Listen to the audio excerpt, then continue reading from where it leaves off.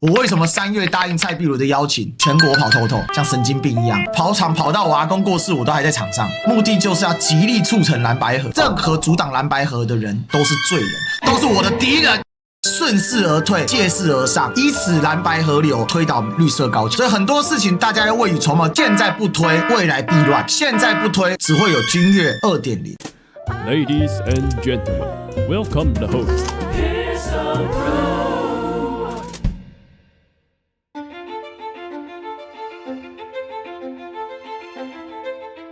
这个首先一点，郑丽文呢跟台中是很有渊源的。12年的时候，他跟何新纯选，何新纯很强哦，这个区很绿，他选到了26，跟何新纯差一点点，就差9000票，是很强的一个实力。而且他18年的时候，他在这个台中帮了卢秀燕很多，所以讲他跟卢秀燕关系是不错的。这一点是希望外界要搞清楚一点，就是郑丽文不会说对卢秀燕就是说有什么问题。然后其次呢，卢秀燕不选党主席呢，请往上翻。朱立伦的第一次党主席几乎坑了后面所有国民党的人，他发明了一个台湾历史上没有过的这么一个词汇，叫做好做满。这是14年他要选连任的时候说要做好做满，然后等到15年选党主席的时候又要说做好做满，就是他把做好做满这个词给印到了这个所谓地方诸侯的身上。李秀莲当年1999年的时候，他是桃园县长，他为什么能直接去选副总统？因为这以前没有这种关键的，是朱立伦发明了这个词汇。朱立伦第一次当党主席的时候，他是新北市连任嘛，当时是这样，当时大家的预测是什么呢？嘉义市的陈以真会上，到桃园的吴志阳，就说国民党再惨也不会把这2个丢掉嘛。结果没有想突进郑文灿上位，导致当时国民党几乎是要灭党的一个状态。这个情况下，就是朱立伦是不得不来当这个党主席，而且大家的认知就是党主席你就是来选这个总统的。当时的舆论不是说要你来打赢这场仗，而是让你打一个漂亮的败仗。当时谁都知道国民党选不赢了，赢不赢蔡英文。朱立伦当党主席几乎天天就被问一个话题，你要不要选总统？朱立伦是被问烦了，就说还是做好做满，做好做满，做好做满这4个字几乎就印在了当时台湾人的身上。当时是这样，他要协调王金平出来选，结果王金平有意要出来，但是王金平不想初选，他只想被征召。但朱立伦呢是不想来征召的，因为国民党形象已经很难看了。那么这个时候呢，又出现一个问题，朱立伦如果不想征召王金平，王金平就不会出来选，但是王金平呢又不会去选区域立委，他就会放在不分区。当时还有一个人也要放在不分区，是洪秀柱，这个很复杂啊，就是洪秀柱和王金平都要放在不分区，因为他俩是立法院的院长副院长。洪秀柱就去劝王金平，这个时候必须这2个人有一个下去选区域立委。老王最后还是不愿意出来，洪秀柱最后是烦了，说那我来抛砖引玉。老王的想法是洪秀柱肯定过不了这个防专门槛，那到时候朱立伦就能征召自己。结果洪秀柱就真的过了这个防专门，他就没法下车了，结果就一路拖。其实2016年如果朱立伦直接自己上马，就不会有这一件事情，因为他输是一个很漂亮的输法，就没有人会替他辞党主席。2018年是他来主导，2020年也非他莫属，什么韩国瑜这种事情都不会发生。实际上是朱立伦把自己玩到挂，同时做好做满这个烙印对这个国民党的影响实在是太大了。因为你看当时还一个是淡水阿嬷，淡水阿嬷就是当年朱立伦要选之前，他说有个淡水阿嬷跟他讲他一定要选，所以从此之后要选的呢就会有淡水阿嬷梗，然后所以每次只要看到朱立伦，大家就酸他淡水阿嬷在哪里。做好做满淡水阿嬷，你说简直是朱立伦诅咒。你说就是卢秀燕看到这一点，他敢选这个党主席吗？台中是中小企业的一个聚集地，还有传统产业的聚集地，还有彰化这2个地方，这一次的关税对这个2个地方影响是非常大的。卢秀燕怎么有精力来选这个党主席？他去跑全国党部，他的市政怎么办？我能理解他为什么不选。这次大罢免实际上是救了白营，因为原本我们想一想，去年1整年都在吵什么柯文哲怎么样，当时白营几乎是一个要完蛋了的状态。这个时候黄国昌然后下了一个很大的决心，他要住在这个反罢免这一方。白营你说他有多强的实力？那没有，但是他下注在蓝营这一方，实际上是有非常大的一个压力在底下的。很多人会觉得说白营是不是就是绿底的呀？那么支持蓝营会不会他就变成小蓝了呢？就从这个罢免的投票来讲，他没有变成小蓝，他反而真的变成了一个白营。原本的白营实际上就是柯文哲而已，柯文哲被关进去以后，没有任何一场选举来证明说白营还有实力。大罢免反而告诉大家说白营有实力，赖清德、黄国昌都下去赌了。你看到最后的结果就是黄国昌赢了嘛？昨天绿营一定要洗说黄国昌实际上是输了，他公投没过，怎么样？他要洗掉黄国昌赢了的这一个特征。黄国昌把很多的这种原本白营根本没跑过的地方，通过反罢免跑了一遍，那么他在这里选里长啊、选基层啊，是不是也更有力量了呢？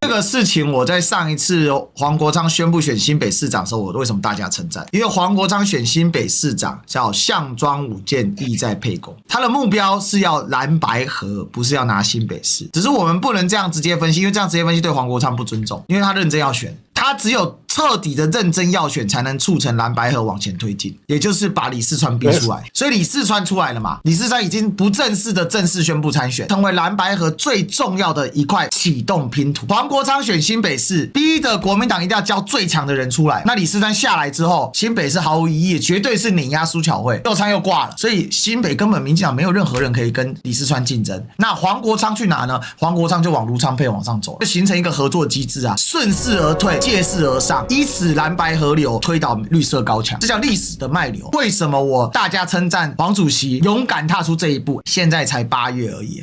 可是现在不推，未来必乱；现在不推，只会有君越 2.0。所以很多事情大家要未雨绸缪。我为什么3月答应蔡壁如的邀请，全国跑透透，像神经病一样，跑场跑到我阿公过世，我都还在场上，目的就是要极力促成蓝白合。所以我再讲一次嘛，任何阻挡蓝白合的人都是罪人，都是我的敌人。大家要想啊，2027年美国各大智库，左派、右派、中立派，全部都说台湾很危险。赖清德在做什么？继续挑衅，继续叫嚣。陆委会在做什么？继续闹两岸，继续阻断两岸。为什么我9月3号去北京？我以前给自己立下一条规则是什么？做两岸交流我不进北京城，因为我不想被政治化。但是时间不等人啊，各位，我知道历史的大齿轮在动了，所以我们现在有一点点力量，能够做一点事的人，要鞭策自己，拿鞭子打自己的屁股，拼命往前冲。为什么人家说823之后历史哥好好休息陪家人？没时间了啦！台湾都要扯着还赔什么？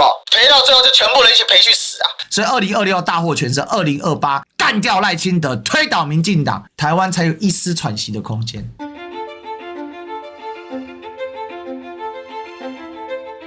你看看，从去年5月赖清德就职之后，就开始要搞大罢免，有没有？整整1年3个月，台湾的政策跟各种问题是空转。对于台湾来讲是非常的悲哀，就是台湾好像除了选举，什么事情都没有了。然后好像就是有了选举，就像那个鸵鸟要埋在土地里面，关税也不管了。